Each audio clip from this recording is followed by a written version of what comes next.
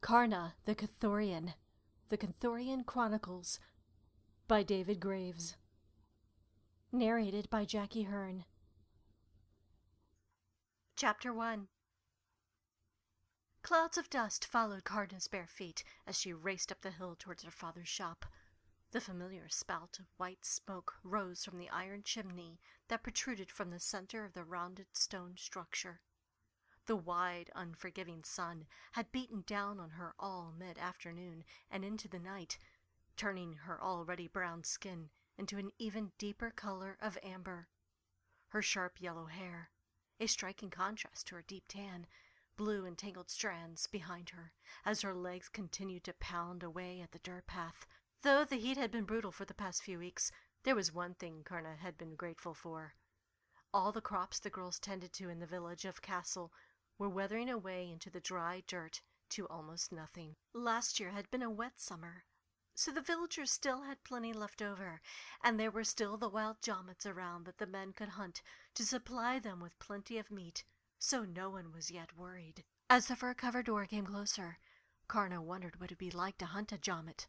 She'd only seen the dead ones being brought in by the men, their thick legs tied to a pole that sat on only the strongest men's shoulders, their cut throats making their large heads with razor-sharp tusks bobble weirdly against their thick hides.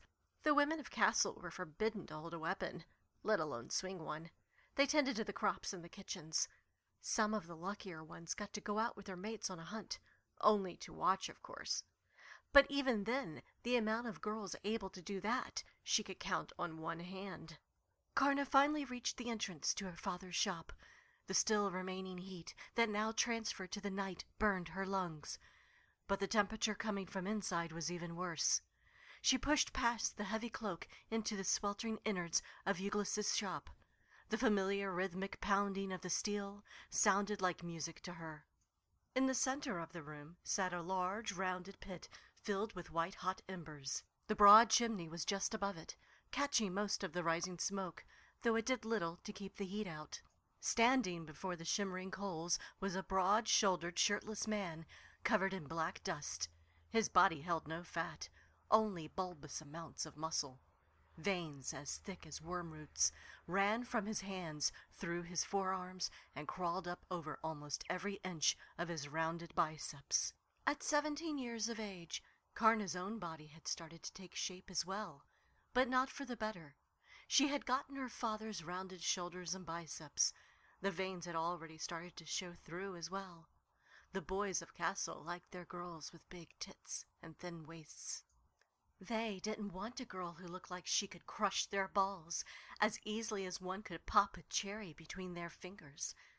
While most of the girls her age already had a mate, or were swooning over one, Karna was interested in something much different, the art of sword-making. Euglis was an artist. Many men from other villages would come for him just to sharpen their blades. It was said a blade sharpened by Euglis could cut a man in half without even dulling the edge. Though Karna didn't believe a man could be cut directly in half, she did believe her father's blades were the sharpest in this village or any other. With his hefty hammer held over his head, Euglis stopped. He slowly lowered it and dropped it on a nearby table with a heavy thump. "Is that the birthday girl?" he said suspiciously.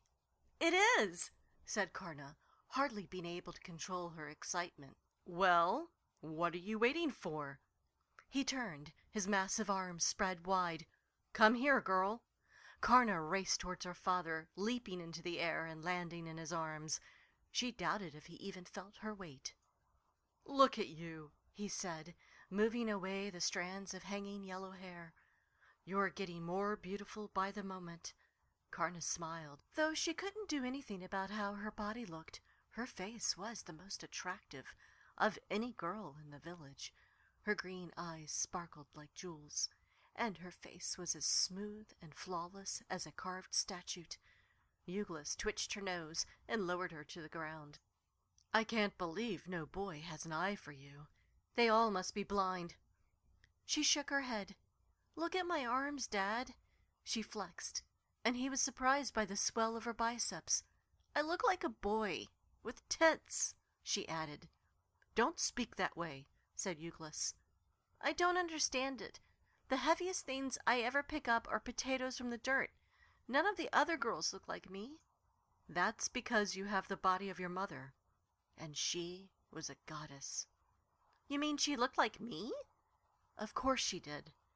He motioned towards a stool. Sit, Karna. You're old enough now to hear the story. She pulled a wooden stool over to him and sat quietly as he began. Your mother and I were born Kathorian, which, of course, means you are Kathorian as well. I've never heard of that before. Thorian, Euglis finished. Most people haven't, and that's something we should be thankful for. But I don't understand. Is that why I can lift more weight than any boy in this village? Euglis nodded. That's right.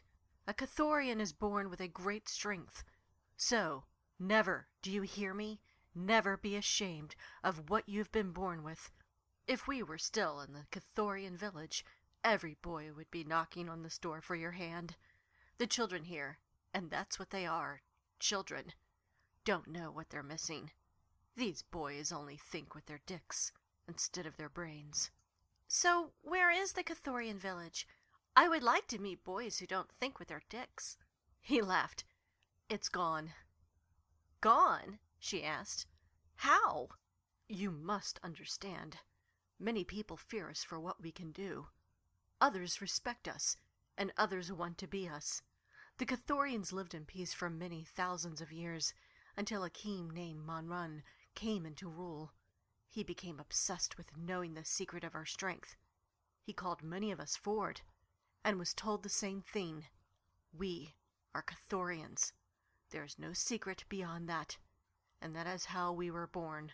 But he was never convinced.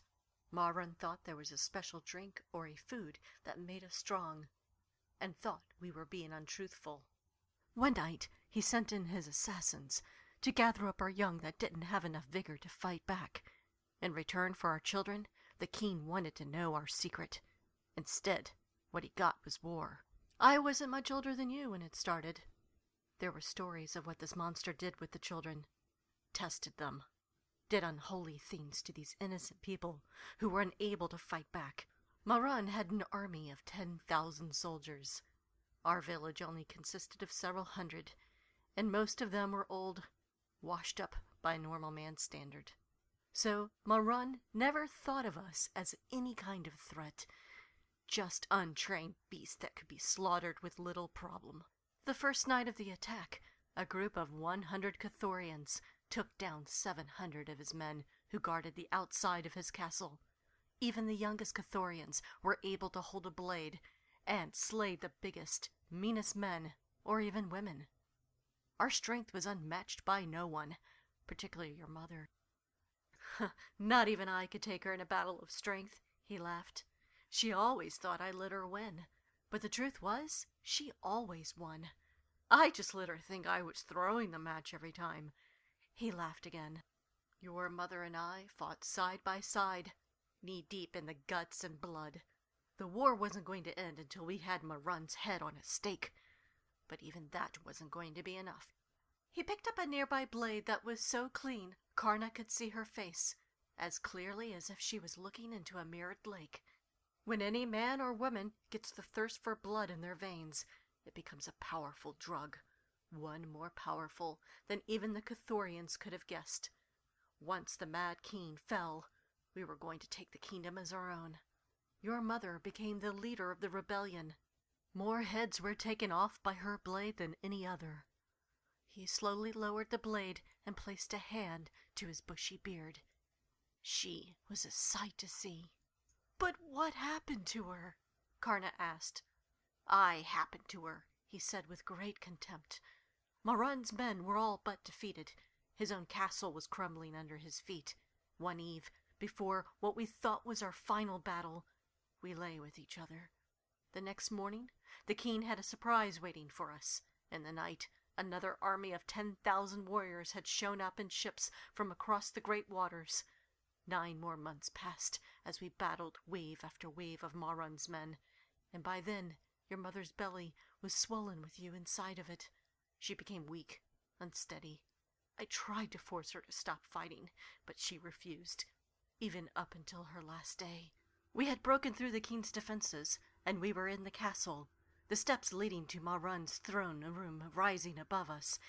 It was there that your mother collapsed. You refused to stay in her belly a moment longer.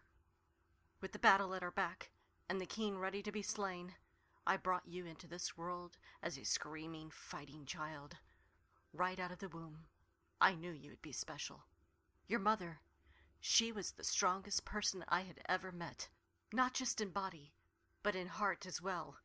Tears began to stream down Euglis's face, making clean lines. This was the first time Karna had ever seen her father cry. At some point in the battlefield, she'd been wounded. It had been a blade inches away from her heart and had been bleeding out. She never told me. She gripped my hand, gripped it so hard I thought the bones might shatter. "Leave this place," she said to me. "Take Karna and give her a peaceful life." The strength in her hand faded, and then she was gone. With you cradled in one arm, I climbed the steps, broke open the door, and confronted the king that had killed so many of my people, that had killed the only woman I would ever love. He stood by a window, his back faced me, but he knew I was there. "It is time for this war to end, Marun." I had never felt so much anger towards another living creature in all my life. He then turned to me, and I saw he was nothing more than just a boy, a confused, scared boy. I stepped up to him, must have looked like a giant, and the great king pissed his pants. With such anger, I placed my blade to his chest and ended him. Euglis hung his head. I took the king's head to the top of his castle, and there placed it upon a spike, calling out to those who were still fighting, "Your king is dead!" The sounds of clanging swords stopped, and all eyes turned to me. "Go home to your families, if you have any left. This war is over." I remember walking back through the courtyard, where the bodies piled 5, 10 high. We were fighting for the death of the king, and for his kingdom, but in the end, there was nothing left of Marun's great rule. His castle had turned into broken rubble. What men the king might have had left had scattered. The opposing army got back onto their boats, and as for the Kathorians, we decided it was best to go our separate ways. Because we were blessed, and also cursed with the power we possess, we were forced to hide ourselves, so no war like Marun's will ever happen again. He fell into silence. The crackle of the pit's fire became the only voice in the room. "Father, I'm sorry," said Karna, with tears in her eyes. "I'm so sorry. Thank you for telling me this." He patted her hands. "I hope you understand now that your strength must not be abused." "It's still kind of hard to hide it," she said, motioning to herself. "Why did you decide to come here?" He stood and took her by the shoulder, to outside where the singing bugs were particularly loud this night. "Look above you, Karna. Tell me what you see." She looked to the dark sky where a million small specks of light could be seen. "I see nothing different, Father." He pointed to a cluster of stars just above his shop. "Look closer. You see the arm?" She cocked her head, letting all of her hair fall to one side. "I think I do." "That's called Orion's arm. It's the sign of protection, of strength. I have one more thing to tell you as well.